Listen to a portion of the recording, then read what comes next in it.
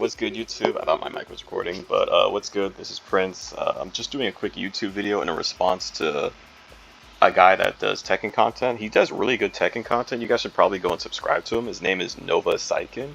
Really good Tekken content creator. He really goes in depth with a lot of balancing issues with regarding Tekken 8. His content is really good. I'm a fan. Nova, if you're watching this video, I'm hoping I'm not saying your name right. I'm just going to say Nova for the rest of the video instead of Nova Saiken, just so I don't butcher it. But pretty much, me and Nova, we kind of share really strong similar points regarding the game's balancing issues. This video is just a small video response to his recent video he had, like showcasing Nina and stuff that he was saying was broken about the character. Now, this is not a diss video. I'm a fan of his content. Don't take this as me hating on Nova. I like his content. He's a good guy.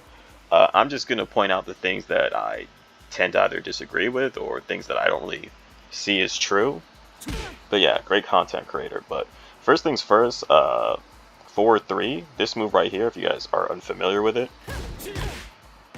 you probably see this move a lot. Nina players do this, I would say, a lot within like blue ranks to maybe probably up from red all the way to like maybe like Tekken Emperor, Tekken God ranks or whatever. 14 frame move, +4 on block if you do block it, but it doesn't jail. You can actually duck the second hit. And this move has had the same recovery since Tekken Tag 2.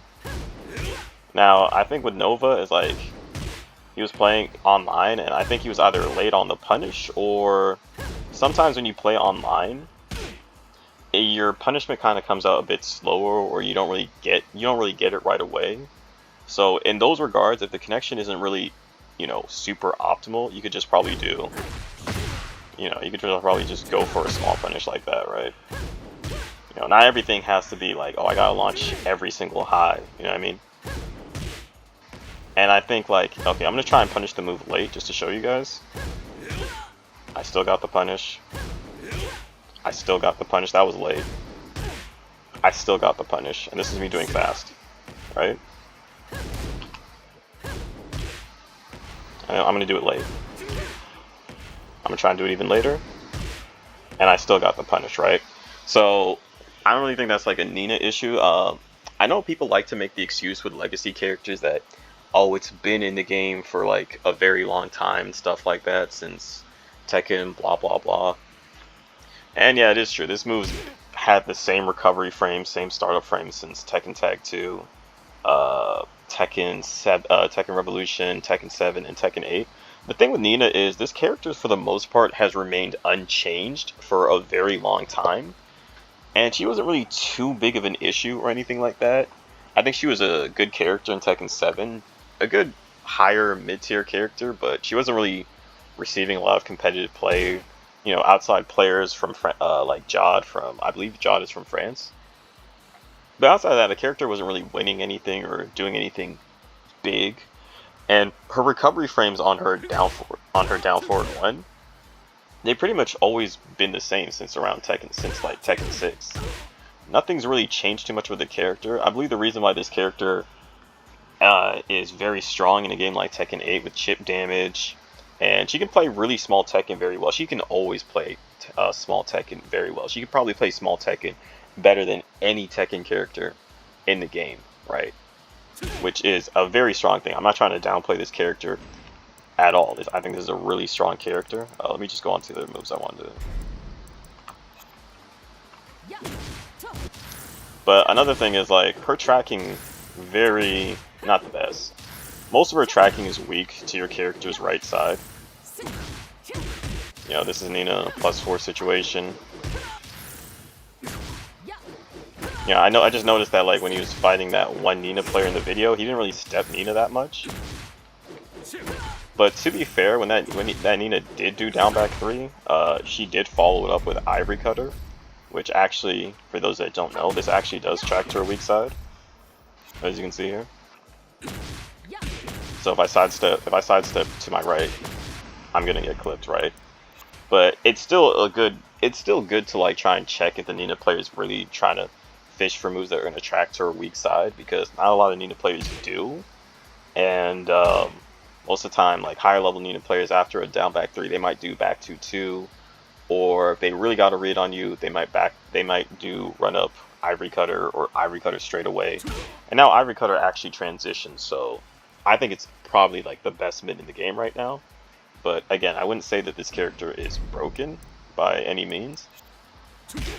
Players should utilize trying to step to her weak side when getting clipped by lows, like maybe like down 2, down back 3. They both have the same startup frames, but I'm gonna get to that in a bit. Oh wait, that's not the move I wanted to cover. We'll come back to that move too, right? This was another move he complained about. This move used to be this move was always launch punishable, right? And as you can see, it's just -13 now. So the thing with this isn't really a Nina exclusive feature. I think this is just a Tekken 8 feature where in Tekken 8 they do a lot of, okay, there's knowledge checks, and then there's what I like to call muscle memory checks. Now, if this was like day 1 Tekken 8 and a Nina player did this move, your first instinct, if you knew the matchup from previous Tekken games, would to be to hop kick it, right? Whoops. But this move's not -15. It used to be -15, but now I believe in order to like, I think this is more so done as a knowledge check to veteran players, and it's not the only muscle memory check that exists. There's also moves like Xiao Yu's back 4-1, which is hitting a lot of legacy players at the start of Tekken 8, because in Tekken 7 her back 4 string, the second hit of back 4 was a high. So if you had the built-up muscle memory from like the past 5 years of Tekken 7, your instinct would be to duck after blocking back 4 and trying to get a launch, only to get clipped by back 4-1, and then you eat a heat engager, and then she runs at you full screen, she puts you in a mix-up. And that's the same for a lot of moves. Like even Hall Rong's down 4-4, -13 on block, just like this move. And originally you could get hit by the low and then duck the high and then launch Hall Rong, but now the low actually jails. So now it jails on hit, so now you're forced to stand up and block the high, which is now -13.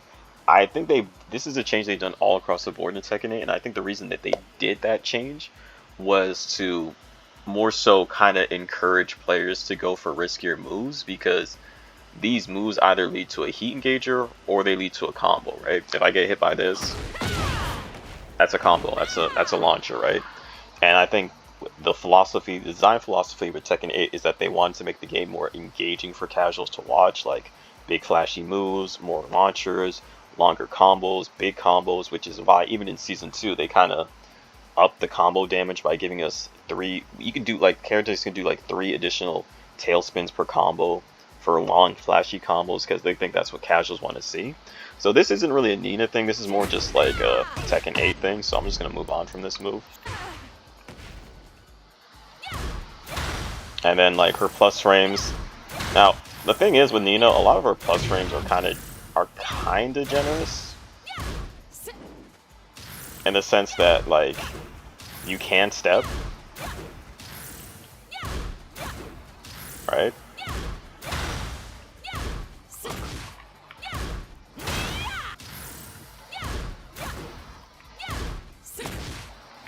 Well, that one's harder to step though, but the thing is, the thing with this move right here, I think I want to also cover this real quick. A lot of Nina's moves, a lot of her plus on block moves, like wall running 1+2. Actually, I think I already have like a pre-recorded sequence for it. Hold up. Actually, hold up. Let me see. What was it? This one.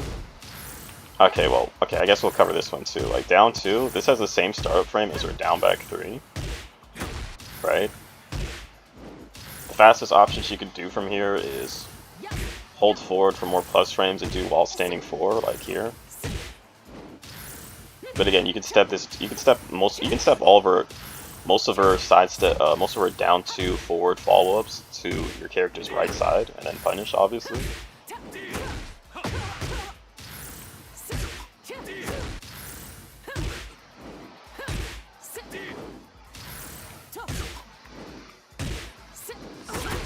Well, yeah, you get the point, right? that sequence more so honest. Like the thing with Nina is, unlike the majority of the other Tekken characters in the game, she's probably like, even if we go back to season one, she was probably, I think she was the best character in season one. By the way, I think she was genuinely the best character in season one. But even in season one, she was like the only like top tier character that was like a poking character. Nina is an exclusively a hard rush down, range zero, in your face poking based character, right? With really great movement with Hayashida step. But again, Nina's not going to kill you off of 50-50. She's going to try and kill you off of poking you to death and trying to get you to press and get agitated to press buttons. And then you get hit with counter and stuff. Like, you know, if you press against Nina, right? Hold up. Launch. Engager. Launch. Stuff like that, right?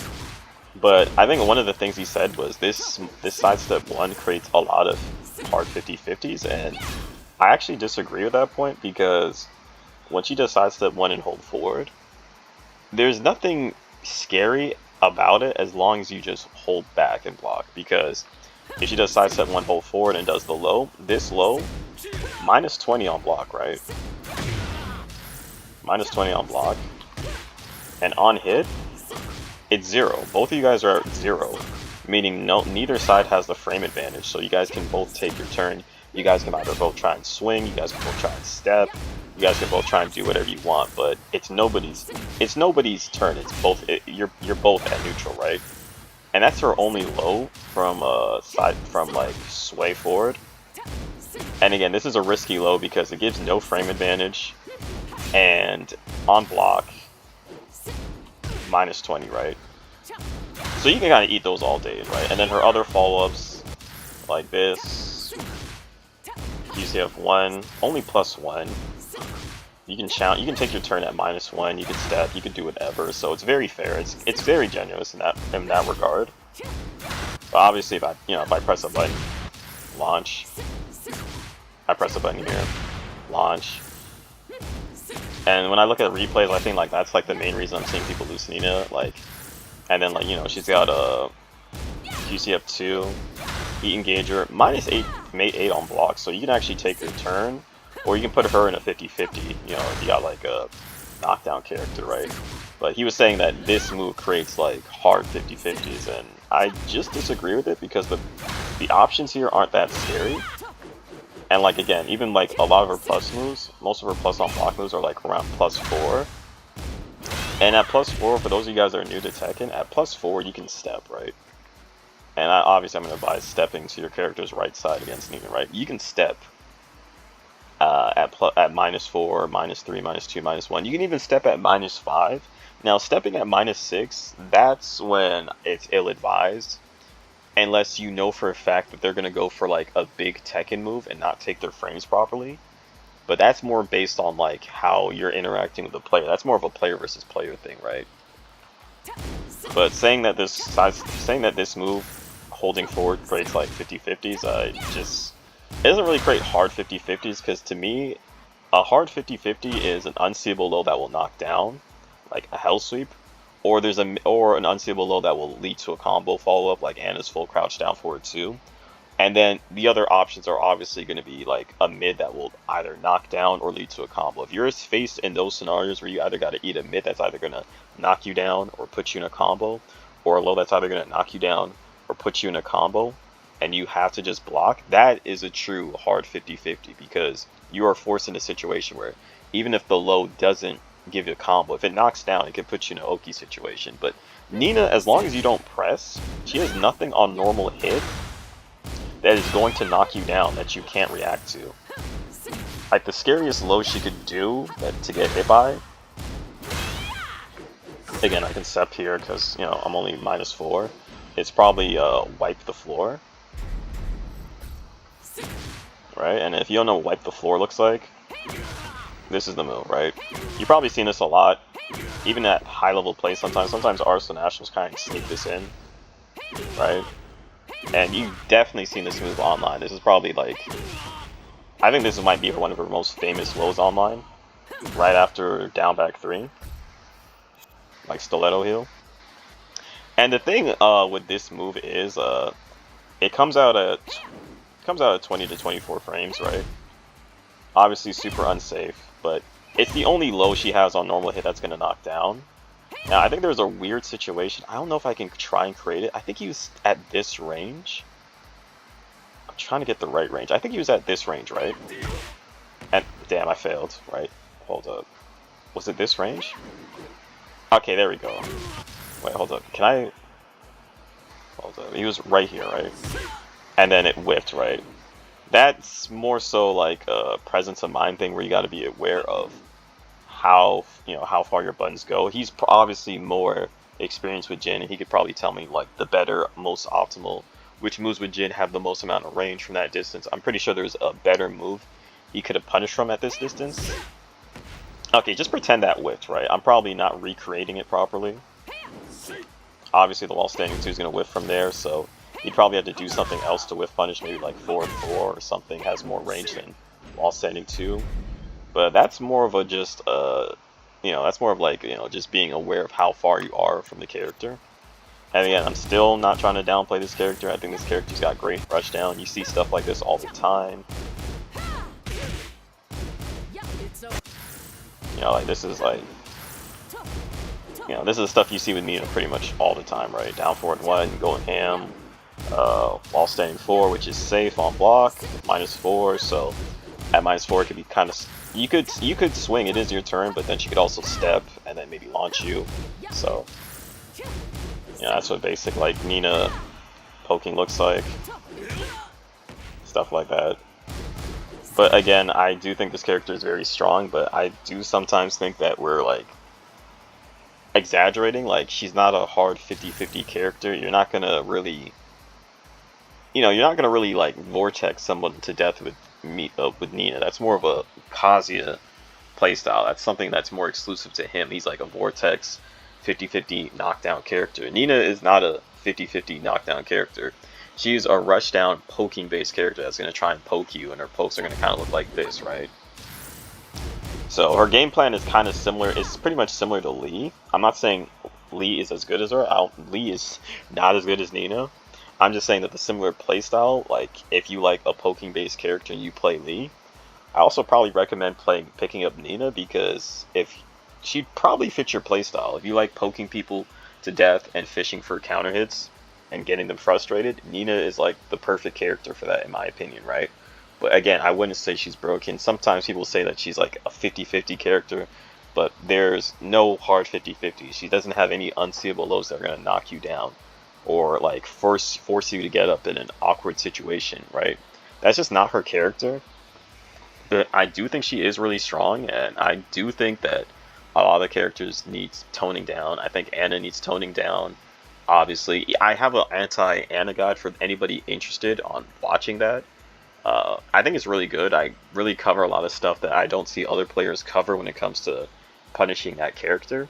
But this is pretty much towards like the end of the video. The only thing I really disagreed with was the fact that, you know, 4-3 recovery is perfectly fine. He was either just late on the punish, or he could have just went for something faster if it's online. You know what I mean? You don't always have to go for a launch if you feel like the connection isn't the most adequate. And I disagree with him saying that, him essentially saying that like down forward 1 creates like these, not down forward 1, sidestep 1 creating these 50-50 scenarios. I kind of showcased that where like it just doesn't, like, not hard 50-50 is like, at worst this is what you're gonna have to do, right? One of those two options, and if you just hold back, you get your turn back. You eat the low, you're at 0. You block the mid. This mid right here, QCF2, -8 on block. You can take your turn back, no big deal. Again, wouldn't say she's busted, but I do think she's really strong. And I think there was another move I didn't get to cover, like this move right here. This was her new move that I think after he got hit by this, he said this is like a boss character right here. I think this move's pretty good. Probably her best new move that she's gotten. She's got the safe version. Now, there is some counterplay. You can't... She always says have another, so once you block this and you hear have another, you could just, on reaction, just power crush. And the trade is in your favor if you're a Jin player. I can't really speak for the rest of the characters. Or, if you hear have another, you can Rage Art afterwards. you know, if you do have that, you're not gonna always have that. And then it leaves her at -9, so whoops, it leaves her at -9 on block with a little pushback. So yeah. And then, you know, this option, -14 on block.